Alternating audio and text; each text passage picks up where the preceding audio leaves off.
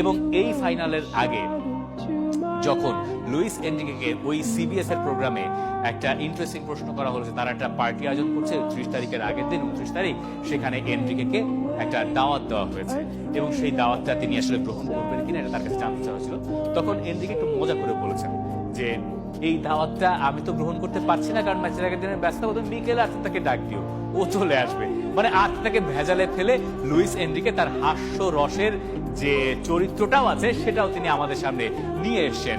এই এনরিকে আর Mikel Arteta একে অন্যকে চেনেন বহুদিন আগে থেকে। এই দুজন ক্লাবের টিমমেট হিসেবে খেলছেন। কোন ক্লাবে? বার্সেলোনা ক্লাবে। ইন্টারেস্টিং, তাই না? এবং কোচ হিসেবেও একটা রেকর্ড তাদের হতে যাচ্ছে। চ্যাম্পিয়ন্স লিগে 2 ডাগআউটে একই দেশের কোচকে আপনি সচরাচর দেখতে পান না, এমন ঘটনা তাই আরো একবার ঘটতে যাচ্ছে। 2003-এ কার্লো আনচেলত্তি আর মার্সেলো লিপ্পিকে আপনি দেখেছেন। 2013-তে ইউপ হাইঙ্কাস আর ইয়র্গেন ক্লপ যখন দুই জার্মান প্রতিপক্ষ একে অন্যের মুখোমুখি হয়েছিল চ্যাম্পিয়ন্স লিগের ফাইনালে। 2020-এ হান্সি ফ্লিক আর থমাস টুকেল তারা ছিলেন ডাগআউটে। 2026-এ গিয়ে মিকেল আর্তেতা আর লুইস এনরিকের দেখা হয়ে যাচ্ছে। এবার ইন্টারেস্টিং ঘটনা তাই ঘটতে যাচ্ছে চ্যাম্পিয়ন্স লিগের ফাইনাল। এখন এই ফাইনাল কে জিতবে এই আলোচনা যদি আমরা শুরু করি, পিএসজি ফেভারিট, অনেকের কাছে তাই মনে হবে, আমার কাছেও তাই মনে হয়।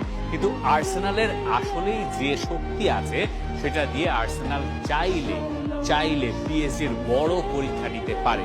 ধরুন আর্সেনালকে তো এতদিন চ্যাম্পিয়ন্স লিগ খেলতে হচ্ছে প্রিমিয়ার লিগের সূত্র মাথায় রেখে। 30 তারিখে যে ম্যাচটা, তার আগে প্রিমিয়ার লিগের কাজ কারবার শেষ হয়ে যাবে। দুটো ঘটনা করতে পারে। এক হচ্ছে প্রিমিয়ার লিগ আর্সেনাল জিতলো, তখন তারা ওই সেলিব্রেশনে হয়তো আত্মবিশ্বাসী আরো বেশি হয়ে যেতে পারে, অথবা এমন হতে পারে যে তারা অনেক কিছু পেয়েছে, পরের ম্যাচটা না জিতলে হবে, এরকম একটা ব্যাপার চলে আসতে পারে। কিন্তু মিকেল আর্তেতা সেটা অ্যালাউ করার কথা নয়। আবার যদি ওইবার মানে ওই সময়ে প্রিমিয়ার লিগের টাইটেলটা আর্সেনালের কাছে না থাকে, তাহলে আবার হিতে বিপরীত অবস্থা। মানে তখন আর্সেনালের আত্মবিশ্বাস এমন তলায় গিয়ে ঠেকবে যে এই ফাইনাল জেতার জন্য তাদের 2 রকম ঘটনাই ঘটতে পারে। এক হচ্ছে মরিয়া হয়ে ফাইনাল খেলবে, অথবা তারা ভাবতে পারে যে আমাদের কি আর কিছু হবে না।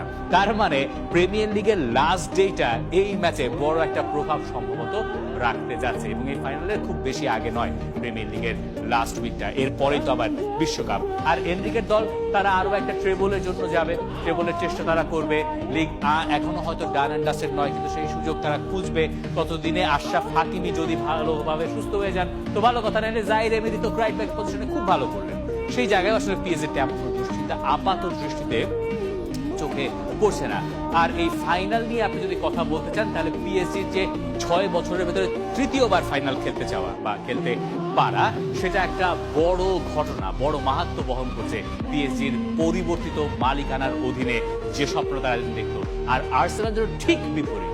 আর্সেনাল এই স্বপ্নটা এত রাতারাতি পূরণ করতে পারবে এটা হয়তো অনেকে কল্পনা করেন নাই চ্যাম্পিয়ন্স লিগের ফাইনাল। কিন্তু আর্তেতা বরাবর বলে আসছিলেন যে গতবার তারা যা করেছেন তার চেয়ে এক ধাপ বেশি তারা যেতে চান, এক ধাপ বেশি তারা এর মধ্যে পৌঁছে গেছেন। এবার দেখার পালা আরো একটা ধাপ আর্সেনাল ওখান থেকে অতিক্রম করতে পারে কিনা। আর্সেনাল অবশ্য বেশ আনন্দিতই হবে যে নর্থ লন্ডনের হ্যারি কেইন অন্ততপক্ষে তাদের প্রতিপক্ষ এই ম্যাচে নেই, কোয়ালিফাইও তিনি করতে পারেন নাই।